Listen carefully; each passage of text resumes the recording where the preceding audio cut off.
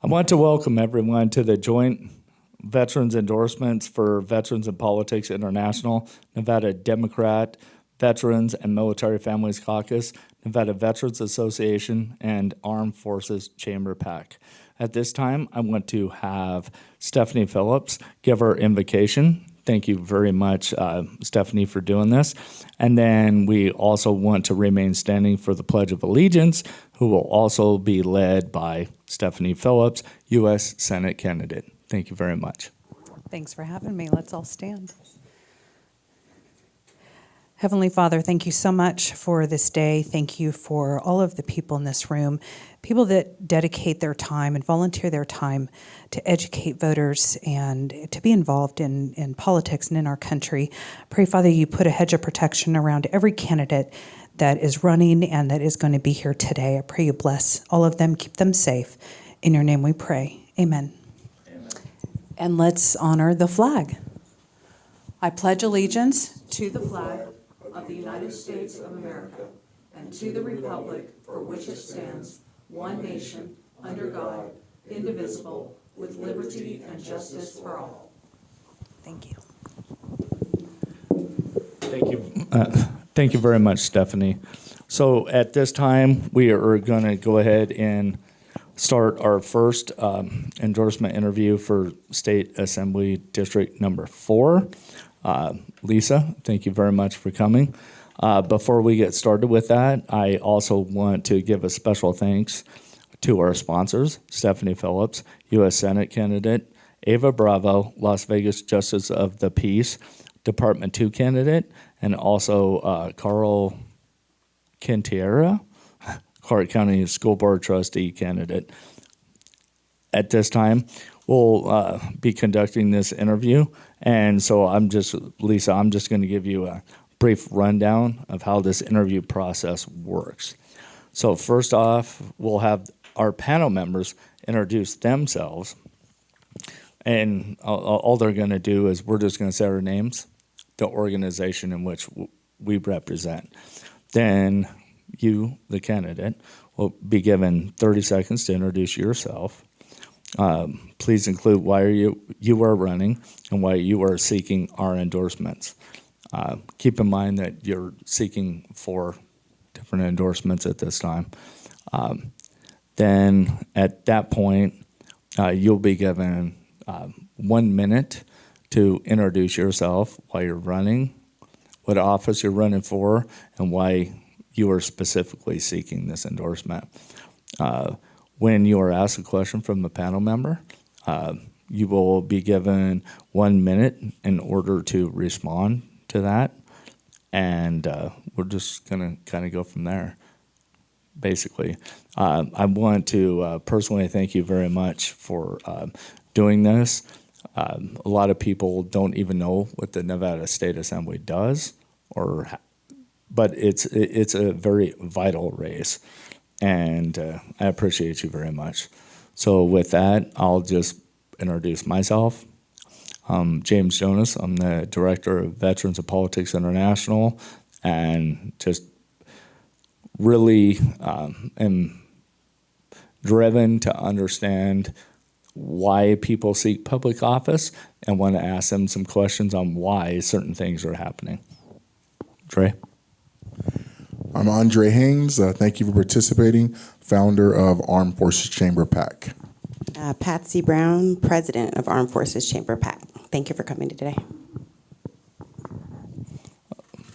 All right, Lisa, just about a minute or so. Just tell people who you are, why you're running, why you're seeking this office. So yes, my name is Lisa Cole, and I am seeking the Assembly District 4 office for a variety of reasons. First of all, I am a small business owner here in Las Vegas. I've lived here for 26 years, and I have spent the entirety pretty much of my professional career trying to solve problems for my clients. They are land developers who try to take raw land and build buildings and hire people, and those people come from Nevada, right? And so As a problem solver, I have been integral in the development of Apex Industrial Park, creating those jobs. And that was what actually led the governor to reach out to me to find out if I would be willing to step up and run for office. He was looking for somebody to endorse. I happen to live in the district, and so it worked out really well. So I get to take a chance to actually solve problems on a state level, not just for my clients individually.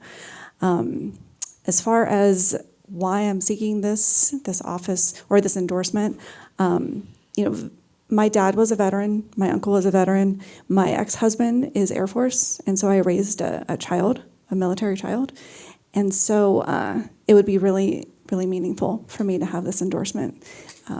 Because we're here because of you. Well, thank you very much, Lisa. So my first question is, and I know it's kind of a complicated issue, but it's very important to me. One of the things that has always frustrated me is the fact that, okay, so National Guard, the governor of the state of Nevada is in charge of the National Guard for the state of Nevada. The president has no constitutional or legal rights to activate that National Guard at any point without the consent of the governor. However, what happens way too many times is that the president calls the governor up and says, well, you have violated a lot of federal safety or federal constitutional issues, so we're going to do whatever we want with your National Guard. Main question, how are you going to make sure that we stay in the black, so to speak, as far as financially, so that the federal government can't hold that over our head? Yeah. If you want me to explain further, I can. No, I think I generally understand what you're asking for. So the violations then are financial violations, and that's what's giving him the power? Yeah, because constitutionally, the state has to be in the black at the end of every fiscal year. But the last 2 decades, the state of Nevada has actually not met that constitutional reliability. So therefore, the president basically says, hey, if you don't give me your National Guard troops, then we will actually prosecute you. Wow. I think it's rich that the federal government is accusing anybody of not operating fiscally responsibly. But aside from that irony, if there's something that we're not funding at the state level that we need to, then I would definitely want to have a conversation about that and see, where the deficiencies are and what we can do to fix that. Because the governor has limited power, being a Republican, and then, both houses of the state assembly and Senate are Democrat controlled. And so I'm sure that he does not want to lose power on the National Guard front either. So I'm sure he'd be in support of that. Andre Haynes, Armed Forces Chamber PAC. My question is, name one issue faced by your constituents and share your plan to address it. That's a big question, right? I think everybody is struggling with so many things right now. I've walked about 1,700 doors so far talking to people, and overwhelmingly the cost of utilities has been a huge concern for people. And so, just unpacking that a little bit and taking a broader scope, like the economy is a big issue, right? So economic development is one of my biggest issues that I'm trying to work on. And I think there's a lot of different ways to look at that. But there's the Governor's Office of Economic Development, and there's the regional agencies and whatnot, and working with them, making sure that they have the tools that they need to create high-paying jobs for people, and that it's in a diverse sector of the economy. Like the casinos are amazing, hospitality is amazing, mining is amazing, and they are vital parts of our economy, but we need to make sure that we have some resiliency. So when we have those natural ups and downs, and sometimes unnatural ups and downs in the economy, we have jobs available for families so that not both breadwinners in the household are in the same industry, and so maybe one of them can stay working. And workforce development is a big issue for me too. Patsy Brown, Armed Forces Chamber PAC. Okay, my question is, the Nevada State Assembly approved a $380 million bill to help the Oakland Athletics build a new stadium in Las Vegas. The bill was then returned to the Nevada State Senate, which voted to concur. The bill passed the Assembly with 25 in favor and 15 opposed. Why do you think the 15 members of the Assembly were opposed to this bill, and what would you have voted? And we're talking specifically the special session one, right? Okay, that actually got it passed. I think that there's a lot of concern for people, especially on the Republican side, that we don't spend taxpayer dollars where we shouldn't. And I think that's part of our typical fiscal responsibility, that we look at things, right? But the way that bill was drafted, it actually did have a lot of protections. It created a stadium authority area. And so the taxpayer dollars that are going to go into building that primarily come from that area and not from everybody out in the boondocks, if you will. But I think that's probably the biggest thing. They don't like to see taxpayer money going to advocate something specific. They would rather have more people at the table getting an equal share, if that makes sense. Okay, well, thank you for that. Now that we're talking about financial issues, so currently, this is how it works in the state of Nevada. So only the executive branch in the state of Nevada, i.e. the governor and his team, can actually issue an internal audit. Now, for me, that seems kind of confusing. Like, okay, so the executive branch is the one that has to institute that, and then it's kind of like the fox guarding the hen house. I guess that's what they say, right? So, would you be willing? And it's going to be hard to do, and I understand how committees work, and if you're in the minority, and I understand politics. But would you be willing to, as a freshman legislator, interest a BDR draft to say, no, the legislative branch needs to be able to institute an internal audit, not just the executive branch in the state of Nevada? I think that's a fantastic question, and I'm going to write that down in my BDR notes that I take on a regular basis. And it's actually kind of interesting. I am a firm believer in the administrative state having overstepped its boundaries completely. And one thing I didn't mention, I went to law school in 2019, right before the pandemic hit, and so I'm also an attorney. And so I've learned a lot about how the system works, right? And so that administrative state and agencies get their power because the legislature has basically deferred their power onto them.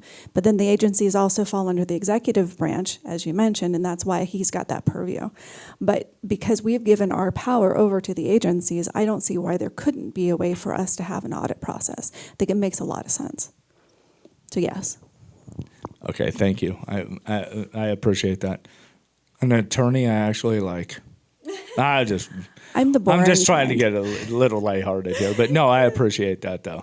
I'm the good kind of attorney. I'm not a trial attorney. I draft contracts and easements, the easy stuff. Boring also. Okay. Andre? Andre Haynes, Armed Forces Chamber PAC. What makes you stand out from your political opponents? Oh, wow. Would you have had that same question had you been sitting beside me? That's awesome. I love it. I love it. So I'm good friends with Mayor John Lee, and I think he probably epitomizes what makes me different from other people. I don't want to fix a problem by throwing money at it and trying to make it go away or take the easy route. I want to get in there, roll my sleeves up, and do hard work and actually find meaningful and reasonable solutions to problems. And that really means sitting down and listening and learning and having really hard conversations with people. I don't have agendas. I don't operate from that perspective. I want to help my constituents, and I want to represent the people that live in my district and ultimately all of Nevada. You already answered my question because you're an attorney. No, it's good. So one of my pet peeves is that people are not qualified for the positions that they run for. And this position is about lawmaking and understanding legal framework. So you're an attorney. I'm happy with that. Thank you. And what's really funny, I'll just add on to that. When I was in law school, I actually ended up gravitating to taking classes that most normal lawyers don't. So energy policy, legislative process, where we actually had a sitting, I think they were assembly people. I don't remember what the term was for their second house. That was the actual professor in the class. So I've taken a lot of classes that actually put me in a really unique situation. And then I've dealt with water rights for the last 25 years. And so I understand the process there. Which makes it a little different from most people. All right, thank you for that, Lisa. So we're going to do a little differently this time. I really appreciate you for coming. This is one of those things that we try to do everything a little bit differently this time because I believe that the Nevada State Assembly, a lot of people don't understand exactly what that is, what they do, but it's so important and vital because you guys are writing the laws that we are going to have to live by. And so I just wanted this to be a conversation. So we got some time. Let's have a conversation. Just not super direct questions, just have a conversation. Now remember, just because you are running for political office, remember everything is being recorded and everything is live. So I don't want one of those moments. Well, I didn't know the mic was hot. The mic is hot. So if you don't want to answer the question, don't answer it. Right. Exactly. Right. Exactly. So my question for you next is, a lot of people in this country have a problem with attorneys. They think attorneys are, hear me out. I'm going to right. I'm just going to have this conversation. So one of the things that everybody always says to me is okay, we hate attorneys when it doesn't go our way, but when it goes our way, it's right. So as an attorney, what has been your experience with just the law in general and how it applies legally to the political spectrum? Because a lot of people don't realize that those two are very intertwined. I think this is a great conversation. So I feel like lawmaking can go in multiple directions, right? You can have a legislator introduce a bill, or you can have somebody in the constituency go to the legislator and say, hey, I have a problem and I need you to bring a rule or a law. I think a lot of times it happens the other direction, right? Where we're actually sitting up there and we think we know better than anybody else. And we tend to not ask people, like stakeholders, and get good input before we just create something. And then I also think, when we draft those bills, okay, we could have a whole conversation about how long it takes for a bill to get drafted and then all of the amendments and everything else. And then you're voting on something that maybe you didn't even get a chance to read all of the changes, which is crazy. But we have these bills that get passed into law and then there's no enforcement, and maybe not the right word, there's no follow through on the place of the legislator to actually go and check to make sure that the implementation is happening the way that it was meant to and solve the problem of your constituents, if that makes sense. So I think that's a big part of it. And to your attorney, did you actually have a direct question on attorneys? No, it was just a overall general perception that it's just hearsay that I get all the time. The problem is attorneys, they're the problem. But then when you need an attorney, so yeah, it was just a general perception. It wasn't anything. Gotcha. Specific. Yeah. I just wanted to make it more of a conversation because we have time and I have somebody smart in the room that actually was polite enough to show up. So I just wanted to pick your brain a little bit. I love it. Pick away. I think it's really interesting. Attorneys, you have, like, attorneys are mandated to represent their client, right? And so you're going to have the same issue at hand in two different attorneys on two different sides that will work to find experts to support their arguments on both sides, right? And both attorneys are doing their job, right? Like, they're doing the best that they possibly can. But yeah, attorneys get a bad rap sometimes, I think, but sometimes it's deservedly so, right? Andre Haynes, Armed Forces Chamber PAC. If elected, what will be your first order of business during the next session? Oh, goodness, that's always a good question. I've been focused mainly on my campaign and trying to get out there and work, but and I haven't actually admitted this to anyone before, so, I do remember that I'm being videotaped, but, 2020 came, and I think that was when people's eyes started to be opened about how government works, especially at the state level, and how important these elections really are, because the governor took the emergency powers, right, and he used those for what, a year and a half against the state, basically. I think one of the things I would like to see is to have a limitation on the governor's ability to have emergency powers.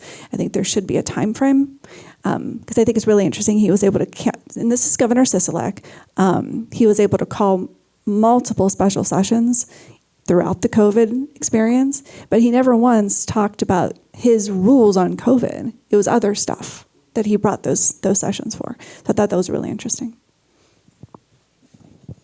I'm glad you brought that up. I'm really glad you brought that up.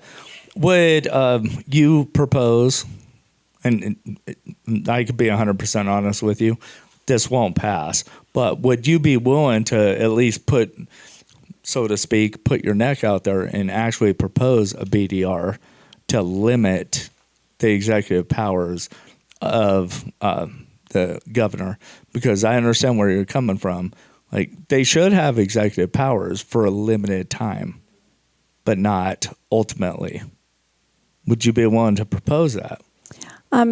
So first, as a governor endorsed candidate, I will tread lightly on this topic, right? But there are executive orders that come out sometimes, and that requires agencies and different governmental departments to do a whole bunch of work. So I think you have to be careful on the executive orders, right? I think you have to be very thoughtful on that and make sure that there aren't other mechanisms. But then at the same time, we don't have a full-time legislature, right? And so if he needs to get something done in the interim, then, that might be the most appropriate tool. But yeah, my comment was very specific on the emergency powers aspect of it. But yeah, I think we need to look at all of the powers of government to make sure that it's appropriate and with the correct scope in mind. Because you have the legal background. So one of my pet peeves is that a lot of people are not running for positions that they are qualified for. In any other career profession in America, you need the educational background as well as experience. If a bill was presented to you in reference to trying to stop that, so we actually put some requirements for people running for office, having some experience with drafting bills and legislation, would that be something that you would support? It's a really interesting question. I think I would want to take some more time to think about that. So I'm originally from the East Coast, a very small town, about 5,000 people. And so I bring sort of a unique perspective in that anything that comes before me, I'm going to have the thought in the back of my head, how does this affect the rural communities? Because getting somebody to have that same experience level when you're in, the far, far northwest part of the state or whatnot, it might be a little bit more difficult. So I think we'd have to tread carefully on making sure those requirements weren't too onerous to actually meet. It's hard enough to get people to actually step up and run, right?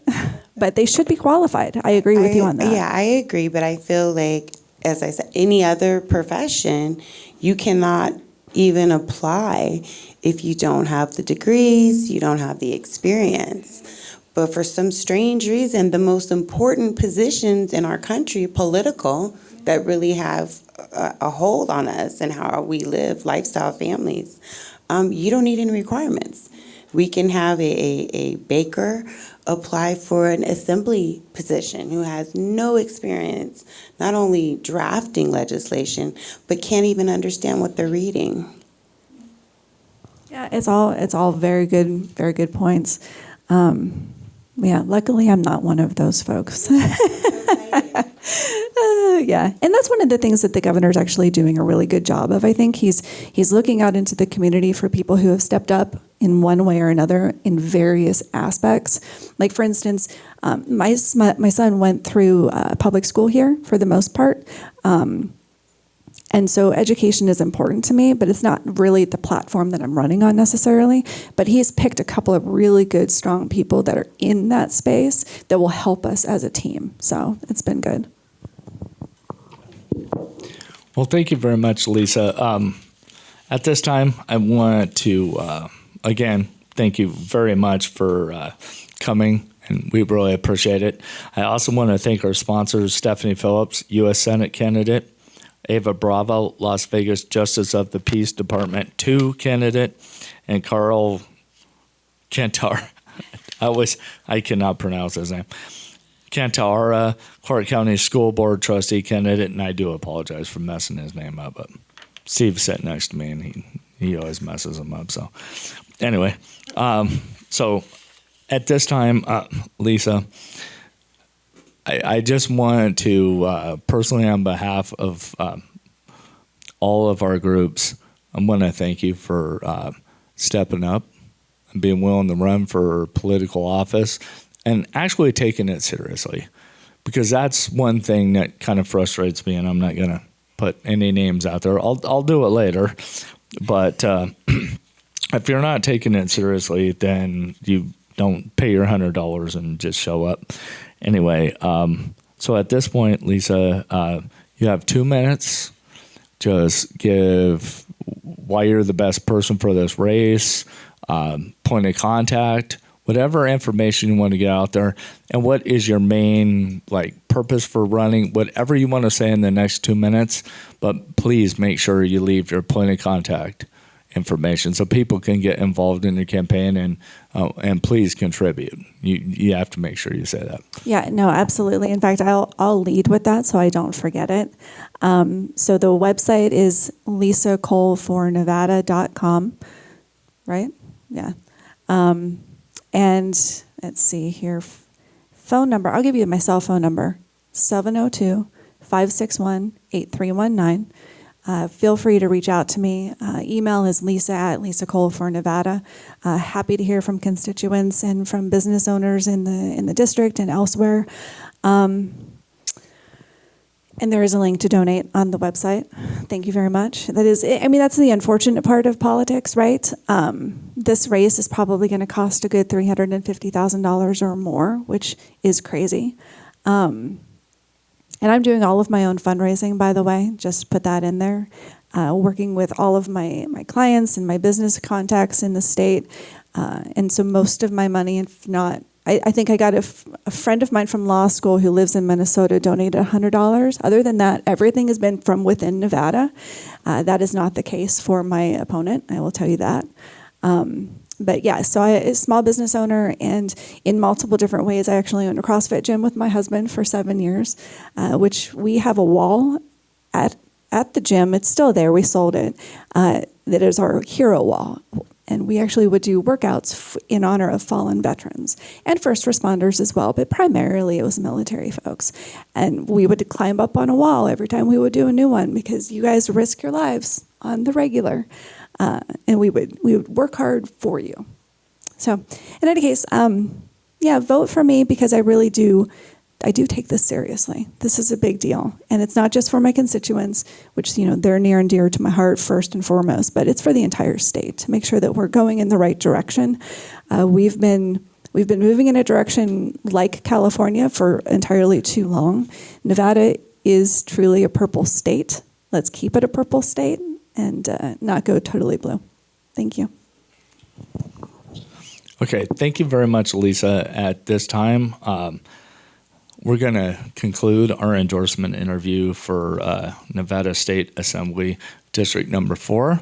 Thank you very much, and we appreciate you.